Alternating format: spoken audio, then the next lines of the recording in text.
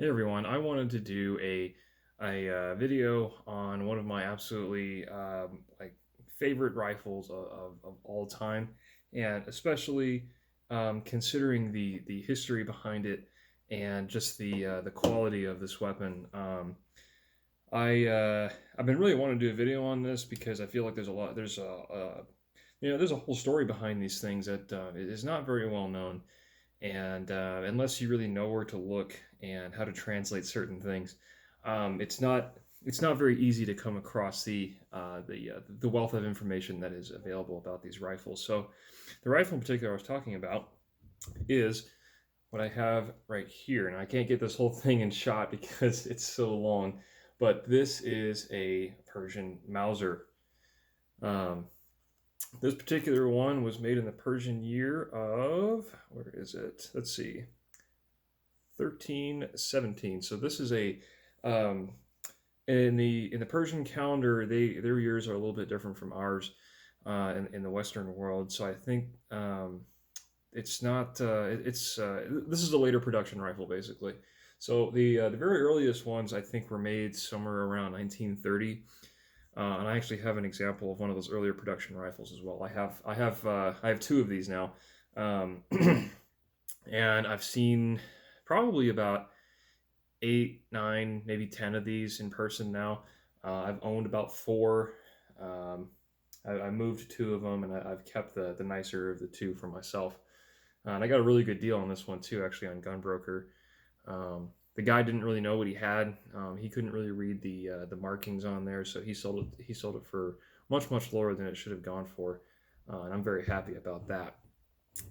This one also came with a matching bayonet, which I have in the other room. But pretty much the Mauser bayonets for the Persians are basically like little short swords. They're very long, even for a bayonet. Now, they're not like Swiss sawback bayonets, which are super long. But you know, these are definitely pretty nice too because they got the serial number on the pommel here. I don't know if you guys can see that. It's got the little serial number back there with the crown, and of course it's all marked in Farsi. So let me put this down real quick and show you the blade. So that is a very nicely kept, well preserved Persian Mauser bayonet. Yeah, pretty lethal. It's basically like a little short sword. You can go to town on somebody with one of these things. So I have bayonets for both of my rifles now. Only one of them matches, unfortunately, but that's the nature of the game when you're dealing with these old rifles. It's very rare to find even all matching parts, let alone a matching bayonet for the rifle. So, really cool. I love these things because they are. For those who don't know, these are actually made in Czechslovakia at the time. So these are technically CZ Mausers. So in the I'll try to pop in some pictures of what I have. I've taken some more up close detailed pictures that you can't really pick up on like a video like this. But all around the receiver, right here on this side, there is all the Farsi writing, which roughly translates to weapons factory Brno, the production year, and that this is a rifle. And then on the top of the receiver right here, there is, I'll make sure I don't hit my light, there is the old Persian, basically, crest. It's a lion with a sun behind it holding a sword. Very classic Persian imagery. And in fact, a lot of the expats from Iran after the revolution still use that on their flag today. And that's actually how you can tell someone if they're an expat Iranian and they're against the current regime and the mullahs there. They will actually use the old Persian flag that still has the lion with the sword. So just a little bit of information there for you. More markings on this rifle, basically acceptance marks on the other side of the receiver right here. And then the range markings, I probably can't get this in shot, but the range markings right there are all Farsi numbers. Some would say they're Arabic numbers, but Arabic numbers are actually slightly different, very slightly different. I've seen this mistake so many times where people are like, "Oh yeah, man, I got like this Turkish Mauser or this Arabic Mauser," and I look at it and it's actually a Persian, which I don't need to tell them that, but you know, but yeah, these Mausers are patterned basically after the Gewehr 98, so they're incredibly long, as you can see. This ain't your daddy's K98 that he brought back from World War II, you know. Um, but other than that, it's pretty much, it's a Czech Mauser, so everyone knows that CZ makes really really great stuff, and this is no exception. Even back in the day, way back in the day, CZ Brno factory has been making weapons for forever and a day. And this rifle is definitely no exception to the quality that CZ produces. In fact, some people would even argue that the Czech Mausers are some of the best Mausers ever made. Now, I don't know exactly how you quantify that, because you'll have people who say, "Oh, the German ones are the best one," or "Oh, this country's one is the best one." Ultimately, um, you know, I don't make any claims about which one is the best one. All I know is my personal experience with these things has been absolutely amazing. No mechanical issues. These things are very accurate. I think the the best grip I got with one of these is probably 1.3 MOA with just regular PPU ball ammo. New production stuff, not even surplus. Um, and the sights aren't even that great, honestly. For a combat rifle, the sights are not really that great. So, you know, they're quite hard to pick up at distance actually, because the barleycorn style of it, and trying to fit it in the rear notch back here, it's actually kind of hard to do. But uh, you know, it works. I've gotten really good accuracy with these. Um, you know, owing up to the long sight radius, and 8 mm Mauser is a pretty powerful cartridge. So these things just work. So as Todd Howard likes to say, right? Uh, yeah, and really the quality of the wood and everything else in the gun, it always impresses me whenever I see a Persian Mauser, because the quality is just there. These things are built to last. It's just really a great piece of kit. And so the we'll get more into the history side of it. So way back when, 1898, that's obviously when the Gewehr 98 was adopted by Germany at the time, and the rest of the world was watching, because it was such a um, I wouldn't say necessarily like revolutionary, but it was a very impactful rifle, and people were watching how this rifle was performing for them. So at the time, Iran wasn't called Iran; it was called Persia still, and it was ruled over by the Qajar dynasty. And this dynasty has been in power for a very long time at this point, and the people were basically getting sick of it, because incompetent rulers were basically trying to fuck over the common man and the tribesmen that still lived in Iran at the time. So there was a particular Cossack brigade military officer who went by the name of Reza Khan. This dude served in the Cossack brigades for pretty much his entire career as a military officer under the Qajar dynasty. Well, once he realized what was going on with the dissatisfaction with the common people, he gathered up a whole bunch of military forces that were loyal to him, and it is very very hodgepodge, very ragtag kind of military force. And he took them to the capital in 1921, and he enacted a coup, which was successful. Um, so overthrew the Qajar dynasty, took over for himself. But one sec. Got some old granddad 100 proof here. Good stuff. Um, so he overthrew it, but he didn't do it necessarily with the intention of making himself king, or Shah in this case. The Persian parliament, which is called the Majlis, and it still is called the Majlis to this day, um, said, "Hey man, it's 1925 and we're going to make you king, so go and do it." He said, "All right, fine." So he did.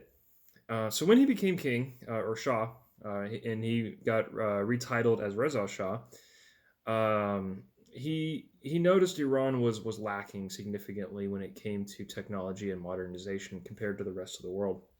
And of course, considering that World War I had just happened a few years earlier, the pretty much Europe was not fighting anymore at the time, so a lot of technological development was going on, a lot of production and infrastructure stuff like that. A lot of modernization, industrialization was ramping back up again now because the war wasn't going on. So in seeking a more independent Iran, he wanted to divvy out the reliance on foreign powers as much as he could. So he basically shopped around and said to the various countries, he said, okay, we want more modern rifles for our army, so show me what you got. And among those tests, it was mainly the British Enfield rifle, the Lee Enfield, the Russian Mosin-Nagant, and the German Mauser rifles, right? So oddly enough, the Americans were not included in this, but America did not really have a lot of close diplomatic ties with Iran at the time. So the Mosin-Nagants had been in Iran for basically forever because Russia had occupied the north of Iran, and tensions between Russia and Iran were very, very not friendly to say the least. So they had a lot of stockpile of old Mosin-Nagants, but the soldiers didn't like them very much. They weren't modern. They didn't work well for them. They wanted something new, something better. I mean, who can blame them, right? Because we've all been there with Mosin-Nagants, right? You know how they work. So because of the conditions and terms of the treaty that Germany was forced to abide by, they had sold their Mauser technology to Czechslovakia at the time and moved a lot of their tooling over there. And there's a whole story behind that, but I'm not gonna go into that here in this video. But basically, Czechslovakia was making Mausers to basically to German spec or even better, as they made their own little improvements and tweaks. So Reza Shah was so impressed by how the Mauser rifles performed in the military trials for his country that he said, "Hey, Czechslovakia, man, set me up." So they did, and there was three different types of, well, maybe even four, but three main types of Persian Mauser rifles that the Shah ordered. He had the regular Piadeh, which is the infantry rifle. Piadeh means infantry in Farsi. That's the one I just showed you, the very, very, very long one. They ordered most of the Persian Mauser rifles were the Piadeh rifles. The next one were slightly shorter, so they were like basically think K98 length, like a 23-inch barrel. That was the shorter length. Those were issued to special troops. Not as many of those were made, and that reflects today in the market as well. Those are kind of a little bit harder to find than the Piadeh rifles. Lastly, though, was the cavalry carbines. Those are even shorter than the K98s. I mean, they're like tiny, and you can see pictures online of those of like Iranian women on horseback still shooting those things to this day. Those are even more rare because when it comes to cavalry carbines for any historical rifle, you'll find that those tend to be the harder to find ones, and oftentimes they're not in great condition. The same case applies here with the Persian Mauser. So basically every cavalry carbine I've seen has been in pretty rough shape, owing up probably to its use. It rode on horseback and probably shot a bunch of dudes, right? So those are the three main types with minor variations in between. And most of the Persian Mausers you see will be the Piadeh infantry rifles. So those were adopted in, I believe, 1930 and 1931 is when the first couple of shipments from Czechoslovakia got to Iran, and the soldiers absolutely loved them. They were better than the Mosin-Nagants they were using. They were better than whatever old technology they had been left behind by other countries. But of course, the use of the Mauser predates 1930 in Iran, definitely. So because the Mauser 98 rifles were so prevalent in the world, even right after they came out in 1898, there were a few forces in Iran at the time in right around 1906 where there was a constitutional rebel revolt basically against the Qajar dynasty, where they argued, hey, we want a more democratic society. We want voting. We want modern things that the rest of the world has. So there was a little bit of rebellion there, and you can actually find pictures of constitutionalist rebels using Mauser rifles. So the Mauser rifles definitely have a very long history in Iran. It's not just the from Reza Shah. It goes way before that. Just thought I'd mention that. Um, so the soldiers really liked them. They were very handy. You'll see pictures of Mauser rifles used in Iran all over the place. Uh, they were famously used also in the coup of Mossadegh in 1953, I believe it was. So Mossadegh was this pro-Iranian nationalist dude who was basically saying, "Hey, I'm tired of foreign countries having all this influence in Iran, so we're going to nationalize everything and kind of make it ours." So the West didn't like that very much, mostly Britain and the United States. He said, "Hey, we want that oil, right?" So they enacted a coup to oust Mossadegh and basically get him out of the picture. So Reza Shah's son, Mohammed Reza Shah, the next Shah, could take over, which he did. So they were famously used in that coup. They were used a lot in the new Shah, Mohammed Reza Shah, in his reign. Um, Basically, like when the government came to kick down people's doors, they did it with Mausers. So it kind of has a bittersweet history in Iran because a lot of the soldiers really liked them, and a lot of the tribesmen did too, because some of the tribesmen were actually they were able to get their hands on their own Mausers, and a lot of them actually still have them to this day. So um, there's two sides to it. And even in Iran, they never actually call them Mausers because Mauser is a little bit hard to pronounce for Farsi speakers because it doesn't directly translate very well. So they ended up just calling them Brnos, Brno, which is the factory in Czechslovakia that made these. So they would just call them Brnos, and there's folk songs about people having these rifles. Basically, that you sit around your campfire at night, you have a nice drink, and you're saying, "Hey, I'm drunk. I have a nice drink, and also I have my Brno rifle in my hand. Everything is good and peachy in the world, right?" I think we've all been there.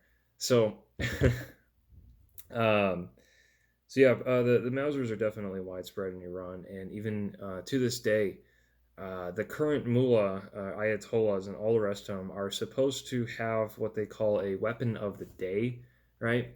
So they're supposed to have a weapon with them for their weekly Friday prayers. So Friday is called Jomeh for the Persians, and during these Friday prayers, it's basically like their Sunday where everybody gets together and goes to the church or mosque in this case. And the head Ayatollah priest, whatever you want to call him, he's supposed to have a weapon of the day. And so famously, the current Ayatollah actually has a Mauser, and you can see pictures of him with actually holding it and using it as kind of like a cane because the dude's old, right? Also, interestingly, if you didn't know, the current Ayatollah Khamenei, he actually had I'm not exactly sure where on one of his arms, but there was a not suicide attempt, but a assassination attempt against him that when a bomb went off, it severely damaged one of his arms, and I think either it I'm not sure if it blew it off entirely or whatever happened to him, but he actually has a fake. He's got a fake hand, so you can see him kind of limping around with one of these. So they still use it to this day, even with all the history behind it. Of the old Shah and everything else, they still use it, which I think is pretty freaking cool. So, um, so yeah, I mean, there's a lot of history with these guns, and the history is still continuing to this day. You know, in some cases, you can see like the Gulf War and the war in Iraq, and even some places in Afghanistan too, because the borders are right there. You'll see these soldiers coming up with captured weapon stashes, and you'll actually find some of the stashes in there have, among other things, they actually have some of the Persian Mausers. Among some of the M1 Garands that we gifted to Iran after World War II, we're still finding those in Iraq in hidden weapon caches. It's pretty cool. So, knowing all that, these rifles they're just awesome pieces of history, and me being knowing Farsi and everything, and being able to partake basically in this kind of history is just really really cool to me, and really appreciating what Iran was before the revolution in 1979, before the mullahs took over and basically ruined everything. My personal opinion, but a lot of people would agree with me on that. Um, So yeah, just appreciating the history, and then being able to experience it too, and knowing that this rifle was all the way over in Iran at some point, way back when. It's probably used by some soldier somewhere in the Iranian army at the time, and who knows, what he did with it, where he's been, that kind of thing. It's just a really cool piece of history, and I love it. And the fact that the quality is just so great on these things, it really it's a wonderful thing to own, that you can look at and appreciate, but you can also go out and shoot if you want to, and it does it very well. So that's why I definitely appreciate it when you have a piece of history that's functional, that you can use, and it's really high quality. That's something special to me. Um, so I don't like owning guns that I can't shoot. So like that rifle right there you see hanging up on the wall, I actually don't have ammo for that, because it's the that's a Steyr Mannlicher 1895, the long rifle, but it's chambered in 8x50R, which I don't have any of, and it's very, very hard to find. So anyway, getting off topic, but so yeah, I mean, 8 mil Mauser, 5 round stripper clips. It feeds everything just fine. I mean, I don't put corrosive ammo through my Persians, because they're too nice for that. I save that for my Yugo Mauser, because that thing's beat up, or my Turk Mauser. Um, and I guess another point I forgot to mention earlier was that when you find Persians, the cool thing about them is that in almost every case that I've seen, it's parts matching, which is really cool, especially for the collectible side of things. So if you have looked at surplus rifles and weapons for any amount of time, you'll notice that a lot of them either are banged up, beat up, don't have matching numbers, don't have matching parts, and the joy of finding something in good condition with matching parts is it's hard to describe, really. So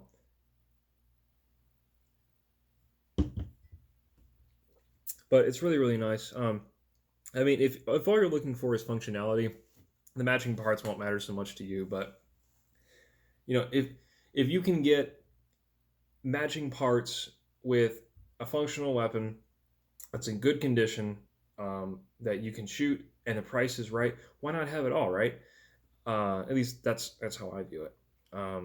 Both of the Persians that I have, that I bought, I got them for a really, really, really good price. And the timing was just perfect. So yeah, they're all parts matching, except for the bayonet on this one is not matching. So, but I'm not going to get too torn up about that, because finding a matching bayonet is almost impossible. So, yeah, Persian Mausers are just they're just really, really nice pieces, and then there's a lot to recommend them. Um, I kind of baby these things, because they are so nice, and I know the history behind them. Um, and the other one I have actually doesn't even have an import mark anywhere on it. So that rifle somehow got here before it was that gun control act. I want to say it was like 1974, somewhere around there, that required the country of origin to be stamped on the rifle, or something like that. I don't know the exact ruling on it, but it required an import mark, basically. So any surplus rifle you find that has an import mark on it, it probably came into the country after 1974. I think that's the right date. Um, but the other one I have doesn't have that anywhere that I can see. So that somehow found its way over here before that, which to me is really, really cool, and probably owes to the fact that the other rifle is in such nice condition. I'm not even taking it out for this video, because it's just too nice. Um, but yeah, there's a lot to recommend these Persian Mausers if you're looking for a really high quality Mauser that is most likely going to be parts matching. But always check yourself for condition of these things, because you never know what you're going to get. You really, really have to do your research. You have to know what you're looking for, and never ever go by what the seller is telling you, because oftentimes he's not going to know himself. I've ran into so many cases where I know more than the seller does, and the dude's asking some ridiculous price. I'm like, dude, this thing's like not even like original parts. The stuff's not matching. You don't even have the bayonet. You don't have any extra accessories for it. You don't have a sling. You don't have none of this stuff, and you're asking that for that? No, not gonna happen. So I've passed over a few other persons that were grossly overpriced because the guy was trying to get more out of it than it was worth because he just didn't know any better. Um, so I would recommend definitely picking one up if you want a really really nice Mauser, and you kind of appreciate the history behind it and understand that the Iran, the Persia that these rifles came from no longer exists anymore as we know it. And there's just something cool about that. I mean, it's unfortunate, obviously, but uh, owning a piece of history from a country that doesn't exist anymore, at least in that sense, there's just something cool about it. And, it's a piece of history, and I think a lot of us out there can definitely appreciate that aspect of history. So, um, yeah, so that's pretty much all I had to say about Persian Mausers. There's some resources out there, but there's also a lot of folklore. Um, and unfortunately, some of the research and resources that I had to look up were not in English; they were in Farsi. So, luckily, I'm able to translate those. But for the majority of us that are not able to, I wouldn't rely on Google Translate. It's not very accurate. So, if you need accurate information, uh, you kind of have to dig a little bit, and you might need help of somebody who knows better. So, as is the case with a lot of these milsurp guns, right? Uh, so yeah, I'll give you one particular example though of a there's a certain shop that I went to that there's a young man behind the counter. Yeah, he's probably younger than me at the time. And I said, "Hey man, I know you guys have a lot of old stuff here. Do you guys have any Persians?" And he's like, "Show me your nicest one, right?" And he goes behind the counter and pulls out this Mauser and gives it to me. And I'm looking it over, and the rear sight leaf is not even in Farsi numbers. It's in Roman numerals, right? Well, not even Roman numerals, but like English numbers, right? What we're used to. So I'm looking at this. I'm like, hey man, why are you asking $1,000 for this rifle if the rear sight is not original? Like that doesn't make sense to me. Um, and he said, oh well, they were Arsenal refurbished. I said, really? When were they Arsenal refurbished? He says, oh well, you just look at the date on the receiver there. I said, right, I'm looking at the date right now, and I can read this. Um, I don't know if you can, but I can. And I said, okay, this was, I was holding it right there. It's like, okay, this rifle, military rifle factory, Brno 1309, which is Iranian years, and then our years, that's 1930. So I said, these rifles were never Arsenal, refurbished ever. So whoever had this rifle last had replaced the rear sight on it. So this gun is not original. Also, the stock wasn't matching, which was interesting. I don't know how I don't even know where you find Persian Mauser stocks just lying around, because each of these stocks actually have they've got this mark right there, and it says Piadeh, which is infantry, which will tell you the type of rifle it is, or it's supposed to be anyways, and then the serial number, right? So this particular stock did not have the matching serial number either. So the stock had been replaced, the rear sight had been replaced, the thing looked kind of like in ratty condition, like someone didn't take care of it, and they still wanted $1,000 for it. And I'm sitting there like, do you know what you have here? And he said, oh well, it's a model of model 9829. So it was made in 1929 and then Arsenal refurbished in 1930. I said, really? That's interesting, because it doesn't make a whole lot of sense to me to Arsenal refurbish a rifle that's been in service for maybe a year, and especially in no major conflicts whatsoever. Iran was not fighting anyone at that time, and Iran didn't even adopt those rifles until 1930. So there would have been no reason for the Arsenal refurbish, like that guy said. So I tried to correct him and say, like, dude, I'm literally like, I've done my research on this stuff. I can read the markings on the rifle. You can't. No one else in this shop can. I can. Okay. And I'm not trying to be a douche here, but your information's wrong and you're asking too much for this rifle. And he's like, well, if you don't like it, don't buy it. I'm like, well, I'm not going to. And I don't think anyone else should either. You guys basically have a paperweight there, because you're never going to sell it at $1,000. And if you do, someone, you really pulled a fast one on somebody, and that's kind of disingenuous for a shop to do. Now I understand they have to make money, but if you're gonna ask that much for that, it's like you really got to get your information right, in my opinion. So, like I said, when it comes to milsurf stuff, you really, really, really need to do your research. You need to know what you're looking for. You need to know what condition your rifle or weapon you're looking for is in, and what to look for in that condition, because there's a lot that goes into that. Trust me. I've been burned on a few purchases when I first got into the milsurf game, and let's just say those were not cheap mistakes. So, yeah, do your research, know what you're looking for, know the condition. Understand the seller may not know what he has, and his information may be wrong, and he also may raise his prices because he just doesn't know any better. So try to negotiate with them. Be as friendly as you can, obviously, but don't be surprised if the seller doesn't know as much as you do. Or, in some extreme cases, they may claim they know more than you, and their information is incorrect. So it really pays to do your homework on these things, because you just need to know what you're getting. So you're paying your money for what you want, and you're getting a good value for it. So when it comes to values, I peruse Gunbroker probably way too much. Probably on lonely nights when I'm having just a little bit too much to drink and I feel like browsing Gunbroker and making poor decisions, right? I think we've all been there. So when I'm browsing these Persian Mausers, depending on condition is everything, of course, you'll see prices range anywhere from $450, $500 for a really beat up rifle, all the way up to some crazy prices. Like I've seen as much as $2,000 or $2,500 for one, which is to me a bit much. So condition is everything.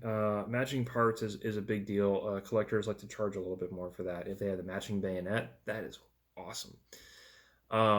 Also, these every single one of these rifles, the Persian Mausers, had a factory test target from CZ. And if you know anything about CZ loves to do this with their guns. All the guns they make, they at least as far as I know and I've seen, they like to do test firing and have test targets of their weapons, right? And I'm lucky enough to actually have one for one of my rifles here. The nicer one actually has a test target, all the way from 1930. It's really, really cool. It's printed on like this really, really I don't even know if they printed it or however they made it back then. But anyway, it's like this really old, like kind of like wax paper, and it's written all in Czech and all in Farsi on both sides, and it has the target square and everything. It's super, super cool. So if you find one of these Persian Mausers that have a factory test target with that is like, one, it's super, super rare, because these things don't really survive that often. People either throw them away or the paper just deteriorates over with time. The only ones that will not have test targets, to my knowledge, is the Persian Mausers that were made in Iran, because there was a period of time, a very short period of time, where CZ basically licensed the technology to Iran so they could make their own Mausers, and those Mausers are nowhere near as good as the CZ ones. They were made in subpar factories. The quality is just not it's not there. So if the markings don't say Brno on the rifle, it's an Iranian made one, and you can usually tell by the quality too. It's much poorer, I should say. So yeah, the condition, accessories, and everything really is what determines a lot of the value for these things, as is the case with almost anything else in the milsurf world. But you can expect for a decent quality Persian Mauser at the time of this video anyways, anywhere from $750 to $1,000 for a really, really nice one. I paid $700 for the super, super, nice one that I have with the factory test target and basically unfired from the factory.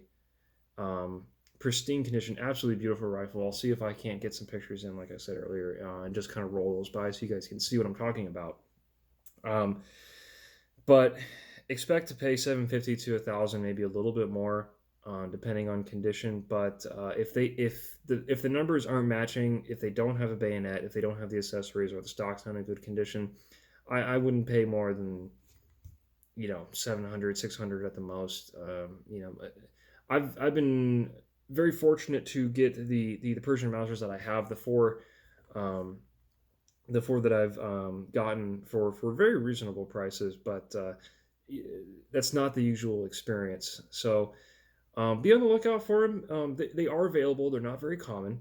I will say that. If you find one at a gun show, be absolutely sure to do your homework and make sure you know what you're getting. Because some people will charge a little bit more for them. So to wrap it all up, Persian Mausers are excellent.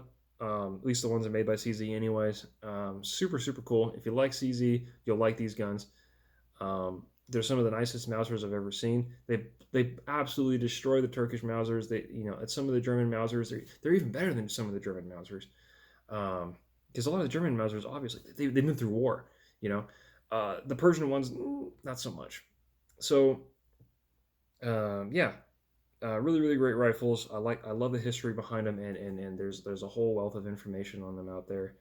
Um, look up the history for yourself. It's quite tragic, really, what happened to them, but you know, we're here where we are now. So I definitely recommend these things. If you're into Milser, if you're into history, if you want a really nice Mauser, absolutely look at picking one of these up. And I don't think you'll be disappointed at all. At least they've always worked for me. So yeah, that's really all I got to say about that. If you guys have any questions or anything, or you need some. I wouldn't say I'm an expert on these things, but if you want a little bit more educated opinion on a Persian Mauser you may have seen somewhere, feel free to drop a question down in the comments, and or message me directly, and yeah, I can see if I can't help you with that.